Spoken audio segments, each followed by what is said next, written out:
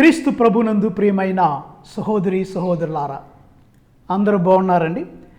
ఈ రోజున మనం ధ్యానించే అంశం వినయము. మరో మాటలో చెప్పాలంటే దీనత్వము, తగ్గింపు జీవితం. ముందుగా ఈనాటి మొదటి పట్టణాన్ని ఒకసారి ధ్యానం చేద్దాం. సీరాపుత్రుడైన యేసు జ్ఞాన గ్రంథం 3వ అధ్యాయం 17-18 వచనాలు మీ కొరకు చదువుతాను. కుమారా, నీవు చేయు పనులన్నిటిన వినయముతో మెలుగుము. బహుమతులు ఇచ్చువాని కంటే కూడా వినయవర్తుని నరులు అధికముగా మెచ్చుకొందురు. నీవెంత అధికుడువో అంత వినయవంతుడువు కమ్ము, అప్పుడు ప్రభువు మన్ననను పొందుదువు.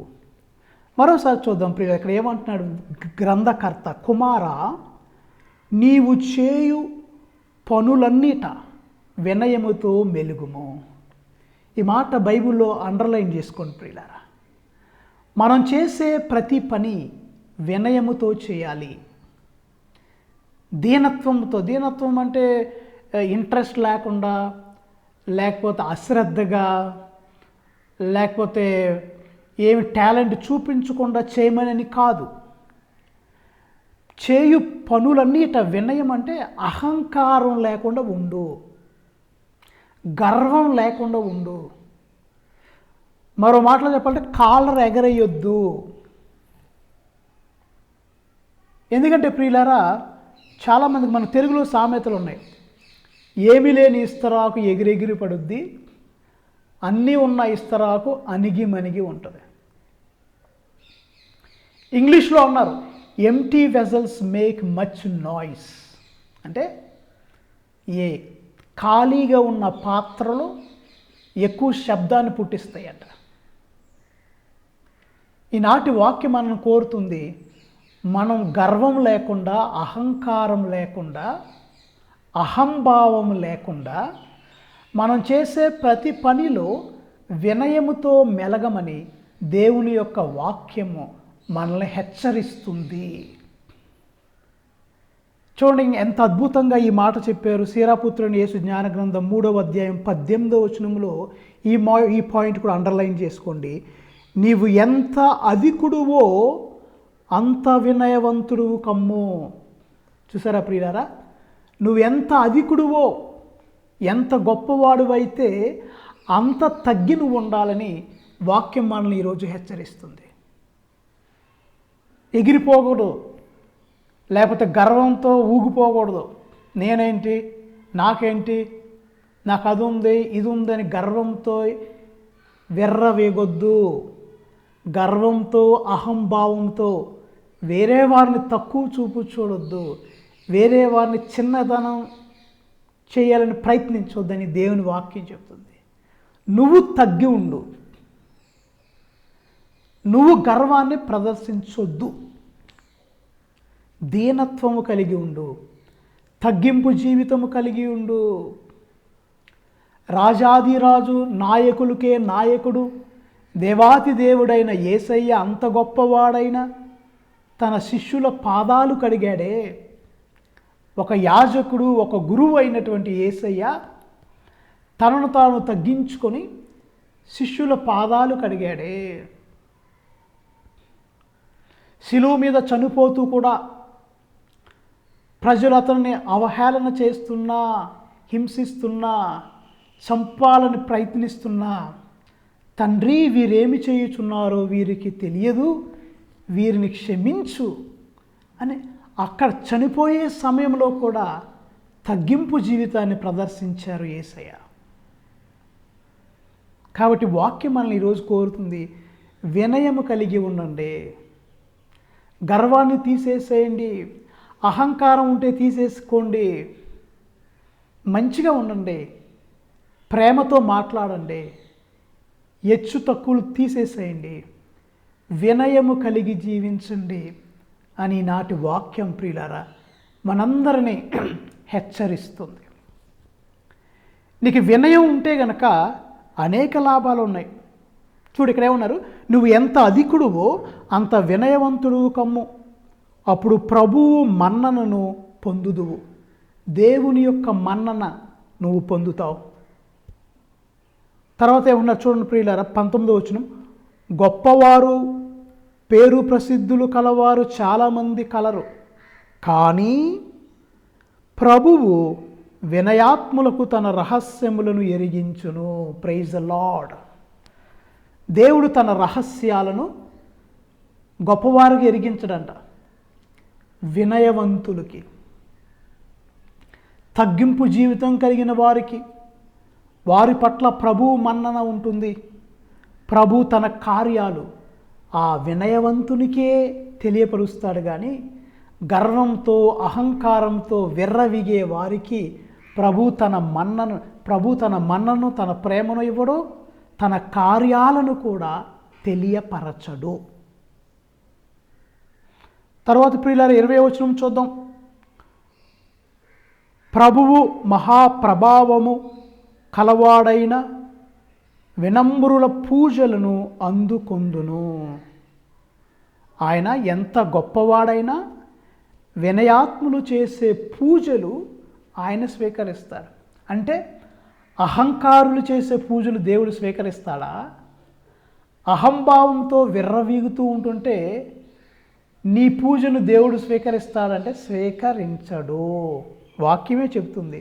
ఇది కూడా అండర్లైన్ చేసుకోండి. సీరాపుత్రుని యేసు జ్ఞాన గ్రంథం 3వ అధ్యాయం 20వ వచనం. ప్రభువు మహాప్రభావము కలవాడాయన వినమ్రుల పూజలను అందుకొందును. ప్రభు మహాప్రభావము కలవాడు. ఆయన ఏం చేస్తాడు? వినమ్రుల పూజలు అందుకుంటాడు. అంటే అందరి పూజలు అందుకోడు. ఇక్కడ గురువులందరికీ ఒక చిన్న సందేశం. నేను కూడా గురువును కాబట్టి, నేను గర్వంతో ఉండినట్లయితే, అహంకారంతో ఉండేవాడినైతే, ప్రజల్ని చిన్నచూపు చూచేవాడినైతే, తోటి గురువులను కూడా నేను పట్టించుకోని వాడినైతే, ఇంకా సమాజంలో అట్టడుగున్నటువంటి వారు, పేదవారిని, చదువులేనటువంటి వారిని అగౌరవంగా చూసే వాడినైతే, ఈ గర్వం వలన దేవుడు నా పూజను తిరస్కరిస్తాడు. ఇది వింటాక భయంకరంగా వాక్యమే చెప్తుంది. చూసారా? ప్రభువు ప్రభావము కలవాడు, ఆయన వినమ్రుల పూజలను అందుకొందును. వినమ్రుల పూజలు. నువ్వు గర్విష్ఠువైతే దేవుడు నీ పూజను స్వీకరించడు. నీకు అహంభావం ఎక్కువైతే దేవుడు నీ పూజను స్వీకరించడు. కాబట్టి గురువులారా, మనందరము వినయము కలిగి జీవించాలని దేవుని వాక్యం మనల్ని హెచ్చరిస్తుంది. ఇంకా ప్రియులారా, వాక్యంలోకి ఇంకా వెళితే మొదటి పట్టణంలో గర్వము గురించి కూడా చెప్తున్నారు. సీరాపుత్రుని యేసు జ్ఞాన గ్రంథం 3వ అధ్యాయం 28-29 వచనాలు చూస్తే, గర్వాత్ముని వ్యధలను తొలగించుటకు మందు లేదు.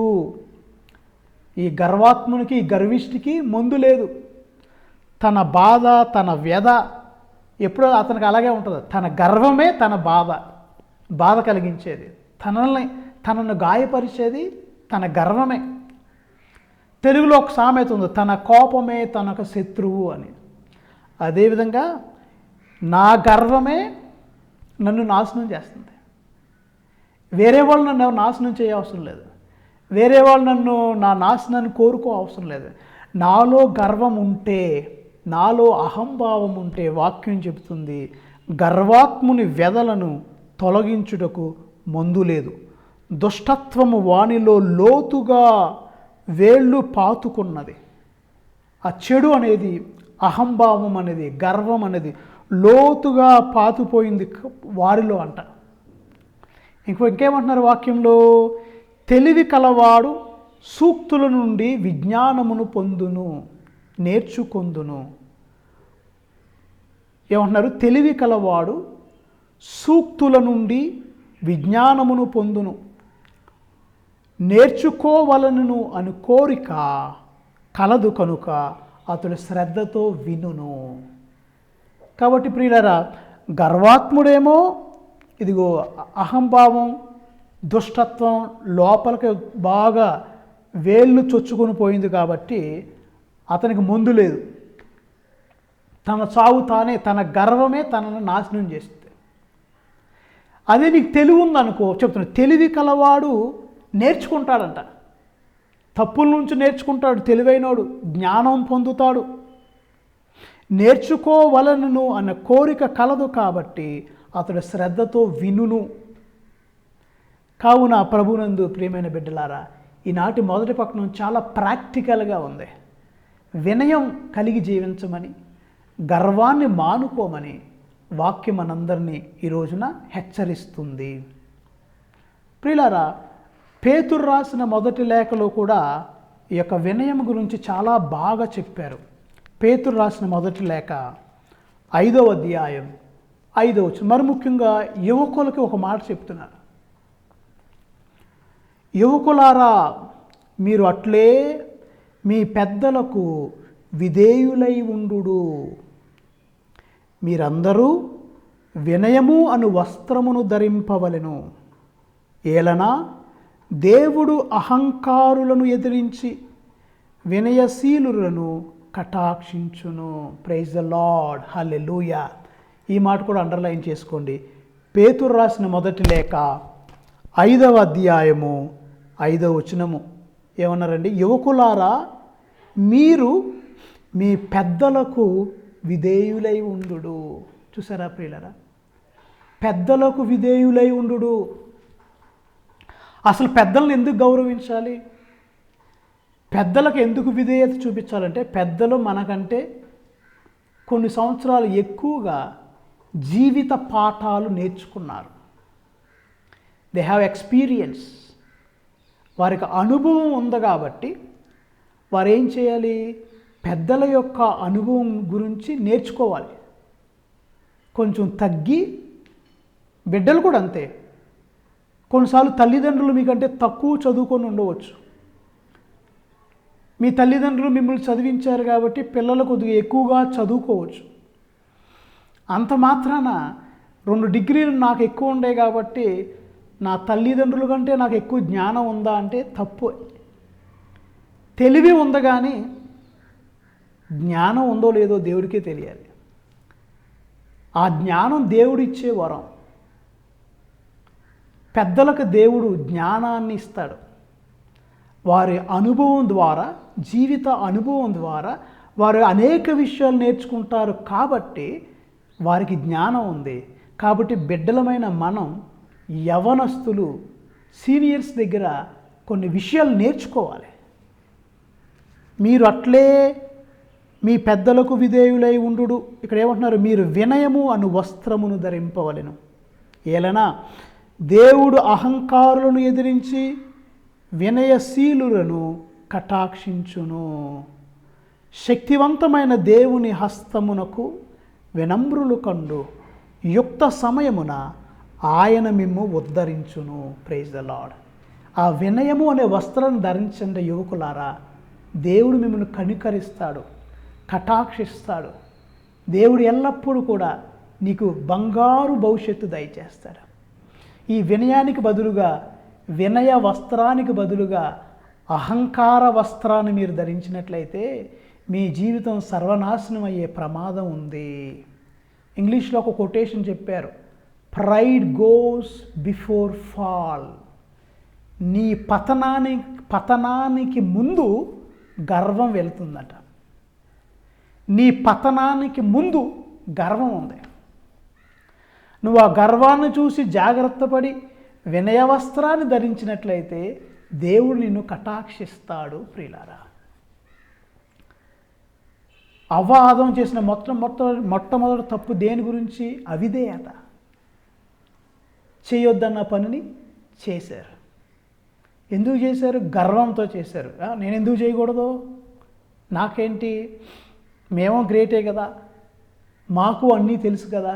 ఎప్పుడైతే నేను నేను నేను అన్న అహంభావం ఎక్కువైపోద్దో కళ్ళన్నీ కమ్ముకుపోతాయి, అంధకారంలోకి వెళ్ళిపోతాం. కానీ వినయం అన్న వస్త్రాన్ని నువ్వు ధరిస్తే నువ్వు ప్రజల మన్నన పొందుతావు, దేవుని కటాక్షాన్ని పొందుతావు, జ్ఞానాన్ని పొందుతావు. నీ జీవితం 30 60 100 ఆశీర్వదించబడుతుంది ప్రియులారా. ఈనాటి సువిశేష పట్టణాన్ని ధ్యానం చేద్దాం. లూకా శుభవార్త 14వ అధ్యాయం. అక్కడ మొదటి వచనం చదువుతాను. యేసు ఒక విశ్రాంతి దినమున పరిసయ్యుల అధికారులలో ఒకని ఇంట భోజనమునకు వెళ్ళెను. యేసయ్యను అనేక మంది పిలిచేవారు. మన ఇంటికాడ ఉన్నప్పుడు మన బంధువులు అనేక మంది మనల్ని భోజనానికి పిలుస్తారు. అట్లాగే యేసయ్యను కూడా ఒక వ్యక్తి భోజనానికి పిలిచాడు. ప్రజలు ఆయనను గమనించుచుండిరి. Praise the lord. మనం అనుకుంటాం కొన్నిసార్లు ప్రియులారా, మనకు 2 కళ్ళు ఉన్నాయి, కానీ మనల్ని వేల కన్నులు మనల్ని చూస్తూ ఉంటాయి. మరి ముఖ్యంగా ఒక గురువు కావచ్చు, ఒక టీచర్ కావచ్చు, ఒక బ్యాంక్ ఆఫీసర్ కావచ్చు, కలెక్టర్ కావచ్చు, మనకు 2 కళ్ళే ఉన్నాయి. ఒక గురువుకి ఫర్ ఎగ్జాంపుల్ 2 కళ్ళే ఉన్నాయి, ఇలా చూస్తాం. కానీ ఆ గురువుని ఎన్ని కళ్ళు చూస్తున్నాయి? ఒక 100 మంది ఉంటే 200 కళ్ళు నిన్ను చూస్తున్నాయి. కాబట్టి మనం మన ప్రవర్తనని సక్రమంగా ఉంచుకోవాలి. వేరే వాళ్ళు చూస్తారనే అని కాదు, ప్రప్రదంగా మన కోసమే ఒళ్ళు జాగ్రత్తగా పెట్టుకొని మంచిగా ఉండాలి నలుగురిలో ఉన్నప్పుడు. మరి ముఖ్యంగా ఒక అంతస్తులో ఉన్నప్పుడు ఇంకా 100 మంది మనల్ని చూస్తూ ఉంటారు. మనం మాట్లాడే మాట, మన ప్రవర్తన, మనం చూసే విధానం, వీటన్నిటినీ అందరూ పరిశీలిస్తూ ఉంటారు ప్రియులారా. కాబట్టి మనం జాగ్రత్త వహించాలి. ఎందుకు రాశారు ఈ బైబిల్ ఈ మాట అంటే, నేను కూడా అనేక ఫంక్షన్లకు వెళ్తూ ఉంటాను, అనేక మంది గురువులను కూడా కలుస్తూ ఉంటాను. 5 ఏళ్ళు ఒకటి కాదు కదా, గురువులు కూడా ఒక్కొక్కరు ఒక రకంగా ఉంటారు. కానీ ఈ వాక్యం మనల్ని హెచ్చరించేది ఏంటంటే, అక్కడ చూడండి, ప్రజలు ఆయనను గమనించుచుండిరి. ఎవరినే? యేసయ్యని. ఆ యేసయ్యనే ప్రజలు తప్పు ఎక్కడ పట్టుకుందామా అని చూస్తూ ఉంటున్నారు కదా. అటువంటిది మనం ఒక గురువు అంతస్తులో ఉన్న మనల్ని అనేక మంది చూస్తూ ఉంటారు. కాబట్టి కామన్ సెన్స్ ఉండాలి. ఏది పడితే అది మాట్లాడకూడదు, ఏది పడితే అది చెప్పకూడదు, ఎలా పడితే అలా ప్రవర్తించకూడదు. Have dignity, have decency, have politeness. నలుగురిలో ఉన్నప్పుడు ఎలా మాట్లాడాలి అని ప్రతి నాయకుడు, ప్రతి బోధకుడు, ప్రతి గురువు క్రమశిక్షణతో ఉండాలి. అందుకని ఫాదర్లకు ట్రైనింగ్ ఇచ్చేటప్పుడు కూడా 4 రకాల ట్రైనింగ్స్ ఉంటాయి. వాటిలో మొట్టమొదటిది హ్యూమన్ ఫార్మేషన్. హ్యూమన్ ఫార్మేషన్ అంటే ముందు ఒక మనిషిగా బ్రతకటం నేర్చుకోవాలి. సామాన్య మనిషిగా నేర్చుకోవటం ఒక నాయకుడు, ఒక గురువు, ఒక బోధకుడు నేర్చుకోవాలి. మానవత్వం కలిగి జీవించాలి, నెంబర్ 1. తర్వాత స్పిరిచువల్ ఫార్మేషన్, ఆధ్యాత్మికత రెండోది. ఫస్ట్ది ఏంటిది? Human formation. ఒక మనిషి ఎలా బ్రతకాలో ఫస్ట్ నువ్వు అలా బ్రతుకు. తర్వాత ఆధ్యాత్మిక జీవితం, స్పిరిచువల్ ఫార్మేషన్. మూడోది ఇంటలెక్చువల్ ఫార్మేషన్, ఇది. 4వది పాస్టరల్ ఫార్మేషన్, అంటే సంఘస్థులతో ఎలా మెదులుకోవాలి. ఈ 4 విషయాలు కూడా గురు తర్ఫీదులో నేర్పుతారు. ముందు ఒక మనిషిగా ఎదగటం నేర్పుతారు, రెండోది ఆధ్యాత్మికంగా ఎదగటం నేర్పుతారు, మూడోది తెలివితేటలు జ్ఞానము కలిగి జీవించడానికి నేర్పుతారు, 4వది పాస్టరల్ ఫార్మేషన్, అంటే ఒక గొర్రెలకి కాపర్లకి ఉన్నటువంటి ఆ షెపర్డింగ్, ఆ యొక్క మినిస్ట్రీ ఎలా చేయాలి అని నేర్పుతారు ప్రతి ఒక్కరికి. ఎందుకు చెప్తున్నాను ఇక్కడ చూడండి, ప్రజలు ఆయనను గమనించుచుండిరి. ప్రియ బోధకులారా, ఉపదేశులారా, గురువులారా, సన్యాసులారా, మనందరం ఎవరైతే ఈ బోధన ఒక టీచర్ గారులారా మిమ్మల్ని అనేక మందిని చూస్తుంటారు. Be careful, be prudent, be exemplary. ఒక మంచి ఉదాహరణ ఇవ్వటానికి సిద్ధంగా ఉండండి. కానీ అందరూ మిమ్మల్ని చూసే సమయంలో don't cut bad image, don't cut bad picture.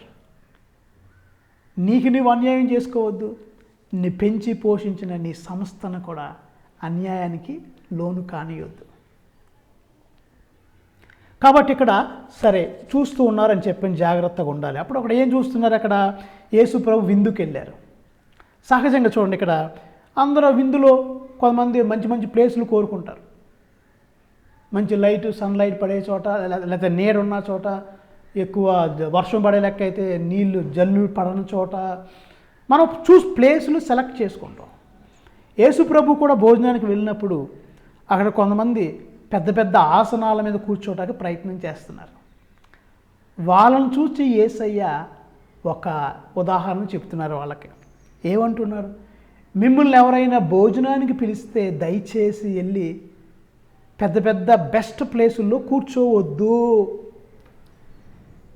ఎందుకండి? ఎందుకు కూర్చోవద్దు? మమ్మల్ని కూడా పిలిచారు కదా, మేము వెళ్ళాము, తప్పేముంది అని మీరు అంటారు. తప్పేమీ లేదు.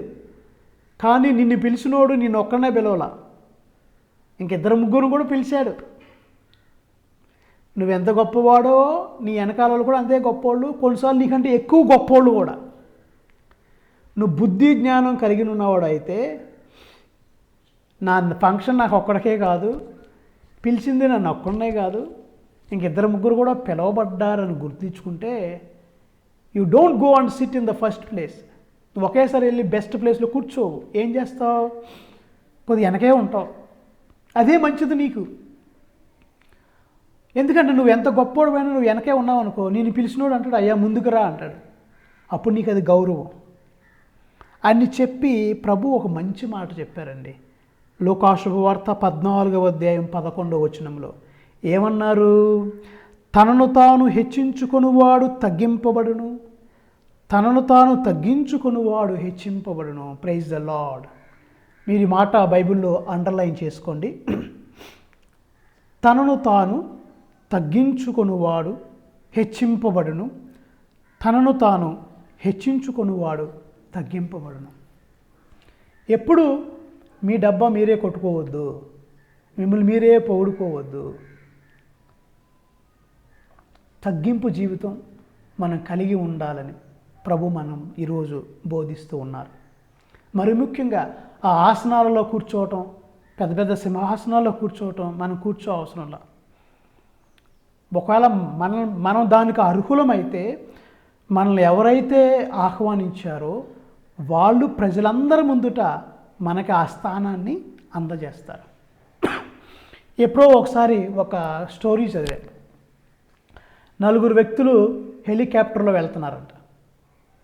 ఒక ఆయన బిజినెస్ మ్యాన్, ఇంకొక ఆయన పైలట్, స్కూల్ పిల్లోడు, 4వది ఒక విచారణ గురువు. 4 వెళ్తున్నారు. అయితే అనుకోకుండా ఆ యొక్క హెలికాప్టర్ పాడైపోయింది, ఎక్కడో కొలాప్స్ అవ్వబోతుంది. అందరూ భయంతో అమ్మో ఎక్కడ పడిపోద్దా అని చూస్తూ టెన్షన్ పడుతూ పారాషూట్ల కోసం ఎదుగుతూ ఉంటే వాళ్ళకి 3 పారాషూట్స్ కనిపించినాయి. అప్పుడు ఫస్ట్ తీసేసుకొని ఒక పారాషూట్ పైలట్ అన్నాడు, నాకు 2 వీక్స్ క్రితం మ్యారేజ్ అయింది, నేను చచ్చిపోతే నా భార్య పరిస్థితి ఏంటి, ఐఎమ్ వెరీ సారీ అని ఒక పారాషూట్ తీసుకొని దూకేసాడు. తర్వాత బిజినెస్ మ్యాన్ ఆయన ఏమన్నాడు, నేను ఇండియాలోనే గ్రేటెస్ట్ బిజినెస్ మ్యాన్ని, నేను చచ్చిపోతే ఇండియాకి చాలా నష్టం, ప్రపంచానికి నష్టం, మా ఊరోళ్ళకి నష్టం, అందరికీ నష్టం, ఎందుకంటే నేను the best in the world, నేను బ్రతకాలి అని గబగబ ఒక పారాషూట్ తీసుకొని దూకేశాడు. ఇంకా ఒకే ఒక పారాషూట్ ఉంది. ఫాదర్ గారు, స్కూల్ అమ్మాయి ఇద్దరు ఆ పారాషూట్ కోసం చూస్తున్నారు. చివరికి ఫాదర్ అన్నారు ఆ అమ్మాయితో, అమ్మా నేను వెళ్తాను, నా జీవితం జీవించాను, చనిపోవటానికి నాకు భయం లేదు, ఆ ఉన్న పారాషూట్ నువ్వు తీసుకొని నువ్వు ప్రాణం కాపాడుకోమ్మా, నేను చనిపోతాను, డోంట్ వరీ అన్నారు. కానీ ఆ పాప నవ్వటం ప్రారంభించింది. అదేం ఫాదర్ గారు ఈ టైంలో మీరు నవ్వుతున్నారంటే, ఏంటమ్మా నవ్వుతున్నావు అని ఫాదర్ గారు అడిగితే ఆ స్కూల్ పాప అందంట, ఫాదర్ ఎవరైతే నేను గ్రేట్ గ్రేట్ గ్రేట్, ఇండియాలోనే గ్రేట్, ప్రపంచంలోనే గ్రేట్, నేను చచ్చిపోతే ఇండియాకి నష్టం, ప్రపంచానికి నష్టం, పల్లె గ్రేట్ గ్రేట్ గ్రేట్ అన్నాడో టెన్షన్లో నా స్కూల్ బ్యాగ్ లాక్ వేసుకొని దూకేసాడు. అంటే వాక్యం తనను తాను తగ్గించుకొనివాడు హెచ్చింపబడతాడు, తానే గ్రేట్ గ్రేట్ అనుకున్నట్టు దేవుడు తగ్గిస్తాడు. చివరి ఇంకో ముఖ్యమైన మాట నాకు బాగా నచ్చింది ఈనాటి సువిశేషంలో ఏంటంటే, మనం విందులు చేస్తాం, భోజనాలు పెడతాం, ఎవరిని పిలుస్తాం? సహజంగా మన బంధువుల్ని, మన ఫ్రెండ్స్ని, మనం ప్రేమించేవారిని, తిరిగి మనకి ఇవ్వగలిగినటువంటి వారిని పిలుస్తాం సహజంగా. కానీ ప్రియులరా, ఈనాడు దేవుడు మనందరికీ ఒక మంచి హెచ్చరిక అంటారా, ఒక గుణపాఠం అంటారా, ఏమన్నా అనుకోండి, ఏమంటున్నారు చూడండి. మీరు యేసు చూడండి, లోకాశువార్త 14వ అధ్యాయము 12 నుంచి మీ కొరకు చదువుతా. యేసు తనను భోజనమునకు పిలిచిన వానితో, నీవు విందునకు పిలిచినప్పుడు నీ మిత్రులను, సోదరులను, బంధువులను పిలవకుము. వారు తిరిగి నిన్ను పిలిచి తమ వంతు చెల్లించెదరు. నీవు విందు చేయునప్పుడు పేదలకు, వికలాంగులకు, కుంటివారికి, గ్రుడ్డివారిని పిలువము. Praise the Lord. సరే, ఇది కొన్నిసార్లు కష్టం, ఇంట్లో పెళ్లి పెట్టుకొని వీళ్ళనే పిలవటం కష్టం. సరే, కనీసం నువ్వు వాళ్ళతో పాటు కొన్నిసార్లు అడుక్కునే వాళ్ళు వస్తారు పిలవపోయినా, దయచేసి వాళ్ళని అవమానించొద్దు. ఎంతో కొంత పెట్టండి, ప్రేమించండి వాళ్ళని కూడా. అయ్యా కొద్దిగా ఆగండి మీకు పెడతామని గౌరవంగా చెప్పండి, వాళ్ళు వింటారు. అంతేగాని వాళ్ళ ఇన్హ్యూమన్ అమానుష్యంగా వాళ్ళని ట్రీట్ చేయొద్దు, వారిని అవహేళన చేయొద్దు, వారిని అవమానించొద్దు, వారిని హింసించొద్దు. ఎందుకంటే కొన్నిసార్లు ఈ ఆహారం మనకంటే కూడా వాళ్ళకే ఎక్కువ లాభం చేస్తుంది. సరే, యేసుప్రభు చెప్పింది కొన్నిసార్లు మనకు కష్టమే. మరీ ఇక వీళ్ళనే బంధువులను పిలవకుండా వీళ్ళనే పిలిచామనుకోండి, అలా ఇంకో విషయం తెలిసలేదు, కొంతమంది అలా చేస్తున్నారు కూడా. కరెక్ట్, యేసుప్రభు చెప్పినట్టే చేస్తున్నారు. నాకు తెలిసి ఒక ఫాదర్ గారు తాను గురువు అయిన తర్వాత మొట్టమొదటి పూజ వెళ్ళి జైల్లో చేశాడు. మొట్టమొదటి పూజ జైల్లో చేసి అక్కడ ఉన్నటువంటి ప్రిజనర్స్ అందరికీ, అక్కడ ఉన్నటువంటి వారందరికీ ఈయన స్వయాన భోజనం వడ్డించాడు. ఆయన కోరికంట చెరలో ఉన్న వారికి విడుదల. Statement, mission statement of Jesus Christ to preach the good news to the pour, Liberty to the prisoners. పేదలకు శుభవార్త బోధించుటకు, చెరలో ఉన్నవారికి విడుదలను ప్రకటించుటకు ఉంది కదా వాక్యంలో. కాబట్టి ఆయన తన మొట్టమొదటి పూజను తీసుకెళ్ళి జైల్లో సెలబ్రేట్ చేశాడు. జైల్లో సెలబ్రేట్ చేసి అక్కడ భోజనాలు పెట్టాడు. ఇంకో గురువు ఉన్నారు తమిళనాడులో, నా ఫ్రెండ్. ఆయన కూడా పూజలకి ఎవరిని పిలిచాడంటే పేదవారిని, కట్టిక పేదవారిని, అడుక్కునే వారిని, వృద్ధులను పిలిచి వాళ్ళకి భోజనం వడ్డించాడు పూజ చేసి. అలా కూడా ఉన్నారు. సరే, ఇవన్నీ కొద్దిగా కష్టం అనిపించవచ్చు మనకి. సరే, నేను చెప్పేది ఏంటంటే, మీ బంధువులను పిలవద్దు అంట్లా. మీ బంధువులను పిలవండి, మీ స్నేహితులను పిలవండి, వారితో పాటు పేదలను కూడా పిలవండి. సరే, కొన్నిసార్లు మీరు పిలవకుండా కూడా వస్తారు జనాలు, వాళ్ళని దయచేసి అవమానించొద్దు, వారిని హింసించొద్దు, వారిని కూడా తిననండి. ఎప్పుడో ఒకసారి అడుక్కునే వాళ్ళు, పాపం బీదవారు, పేదవారు, వాళ్ళకి అంత లేకపోవచ్చు. మీరు వారిని ప్రేమించి ఇస్తే కనుక దానికి తగిన ప్రతిఫలం తప్పకుండా ఉంటుంది ప్రియులారా. ఆ కుంటి వాళ్ళలో యేసయ్యే ఉండొచ్చు, ఆ గుడ్డి వాళ్ళలో యేసయ్యే ఉండొచ్చు, ఆ యొక్క గ్రూపులో దేవుడే ఒకడు ఉండవచ్చు. మదర్ తెరీసాని ఎందుకు ఇప్పటికీ జనాలు గుర్తుపెట్టుకుంటున్నారంటే, ఆమె ప్రతి అడుక్కునే వాడిలో, ప్రతి కుష్టి రోగులో, ప్రతి చిన్న బిడ్డలో యేసయ్యను చూసింది. మనము కూడా ప్రియులారా, ఇది ఈనాటి వాక్యంలో సువిశేషులు చెప్తున్నారు, నీవు అటువంటి వారికి భోజనం వడ్డించు, కనుక నీవు ధన్యుడు అగుదువు. అప్పుడు ఎప్పుడు నీ వీళ్ళకు కూడా అడుక్కునే వారికి, వికలాంగులకి, గుడ్డి వారికి కూడా ఎప్పుడోకప్పుడు భోజనం పెడితే నువ్వు ధన్యుడు అవుతావు. నీతిమంతుల పునరుత్థాన కాలమున దీనికి ప్రతిఫలము లభించును. హల్లెలూయా. ఎప్పుడండి? నీతిమంతుల పునరుత్థాన కాలంలో నీకు తప్పకుండా ప్రతిఫలం లభిస్తుంది. దానికి చూడండి, చక్కగా ఈనాటి 2వ పట్టణం హెబ్రీయులకు రాయబడిన లేఖలో ఆ సమూహం ఎలా ఉంటుందో, నీతిమంతుల సమూహం. మనం మరణించిన తర్వాత ఎక్కడికి వెళ్తాం? ఇది అంటారు, నరకం అంటారు, పరలోకం అంటారు కదా. సరే, అవన్నీ మర్చిపోయి పరలోకం అంటే ఎలా ఉంటుంది ఇక్కడ చూడండి, ఎలా ఉంటుందంట. అక్కడ హెబ్రీయులకు రాసిన లేఖ 12వ అధ్యాయం 22వ వచనం చదువుతాను. దానికి బదులుగా మీరు సియోను పర్వతమునకు వేల కొలది దేవదూతలతో కూడిన సజీవ దేవుని నగరముకు దివ్యమైన యెరూషలేమునకు వచ్చి తిరిగి. ఎంతమంది దూతలతో వచ్చాం? వేల కొలది దేవదూతలతో వచ్చాం. వేల కొలది దేవదూతలతో, తర్వాత పరలోకమున పేర్లు రాయబడిన దేవుని ప్రథమ పుత్రుల సమావేశమునకు మీరు వచ్చిరి. Praise the lord. వేల కొలది దేవదూతలు, పరలోకములో జీవగ్రంథములో పేర్లు రాయబడినటువంటి వ్యక్తుల సమూహమునకు, మనుజులందరి తీర్పరయగు దేవుని వద్దకు పరిపూర్ణులుగా చేయబడిన నీతివంతులైన వారి వద్దకు మీరు వచ్చితిరి. క్రొత్త నిబంధనకు మధ్యవర్తి అయిన యేసు వద్దకు, హేబేలు రక్తము కంటే ఉత్తమమగు విధమున మొరపెట్టు ప్రోక్షణ రక్తము వద్దకు మీరు వచ్చితిరి. Praise the lord. మనం ఎప్పుడైతే ఆ మంచి పనులు చేస్తామో, వినయము అనే వస్త్రాన్ని ధరిస్తామో, గర్వాన్ని తీసేస్తామో, పేదలకు, వికలాంగులకు, కుంటి వారికి భోజనాలు పెడతాము, ఇదిగో అప్పుడు పరలోకములో ఈ వేల దూతల సమావేశములో, జీవగ్రంథంలో పేర్లు రాయబడిన వ్యక్తుల సమావేశంలో దేవుడు నిన్ను గౌరవపరుస్తాడు. దేవుడు నీకు నీతి కిరీటాన్ని దయచేస్తాడు. కావున ప్రియమైన దేవుని బిడ్డలారా, అనుదిన జీవితంలో వినయము అనే వస్త్రాన్ని ధరించండి. ఇంకా సీరాపుత్రుడైన యేసు జ్ఞానగ్రంథం కథోలికులకు మాత్రమే ఉంది, ఆర్సీఎం బైబిల్లో మాత్రమే ఉంది. కాబట్టి నా ప్రియమైన వేరే సంఘస్థులారా, మీకు అవకాశం ఉంటే దయచేసి క్యాథలిక్ బైబిల్లో సీరాపుత్రుడైన యేసు జ్ఞానగ్రంథం చదవండి. దానికి ఇంకో టైటిల్ కూడా ఉంది, మినీ బైబిల్ అంటారు. సీరాపుత్రుడైన యేసు జ్ఞానగ్రంథంలో చాలా విషయాలు ఉంటాయి.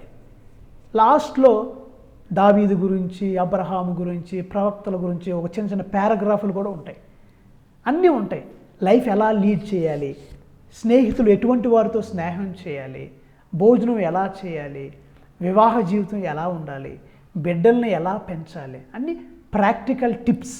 మనకు సామెతల గ్రంథంలో ఎలా మంచి మంచి విషయాలు ఉంటాయో, సీరాపుత్రుని యేసు జ్ఞాన గ్రంథంలో కూడా చాలా గొప్ప విషయాలు ఉంటాయి. ఒక పరిశుద్ధ గ్రంథ శాస్త్రవేత్త ఏమన్నాడంటే ఈ పుస్తకాన్ని ఫ్యామిలీ బుక్ అన్నాడు. It's a book of the family. అందరూ చదవచ్చు ఆ పుస్తకం, అనేక విషయాలు నేర్చుకోవచ్చు. చిన్న ప్రార్థన చేద్దాం. కృపగల దేవ, దయగల తండ్రి, మా అందరికీ వినయము, తగ్గింపు జీవితము మాకు దయచేయండి. వినయము అనే వస్త్రాన్ని ధరించడానికి నీ కృపను దయచేయండి. మాలో ఉన్న గర్వాన్ని తొలగించండి, అహంభావాన్ని తొలగించండి. గర్వం వేళ్లతో లోపలికి వెళ్ళిపోయి ఉంటే దాన్ని పెకిలించండి. మాకు స్వస్థతను దయచేయండి. నిన్ను చూచి, అమ్మా మరియ తల్లి, నీలో ఉన్న ఆ వినయాన్ని చూచి మేము కూడా నేర్చుకొని మంచి జీవితం జీవించే భాగ్యమును దయచేయమని, ప్రతి ఒక్కరూ వినయం అనే వస్త్రాన్ని ధరించడానికి శక్తిని, బలాన్ని ఇవ్వమని మా ప్రభు అయిన క్రీస్తు ద్వారా వేడుకొంచున్నాము తండ్రి. ఆమెన్. మీరు ఇంకెవరైనా ఈ ఛానల్ని సబ్స్క్రైబ్ చేయని వారు ఉంటే, if you have opportunity, please subscribe my channel. God bless you all. Amen.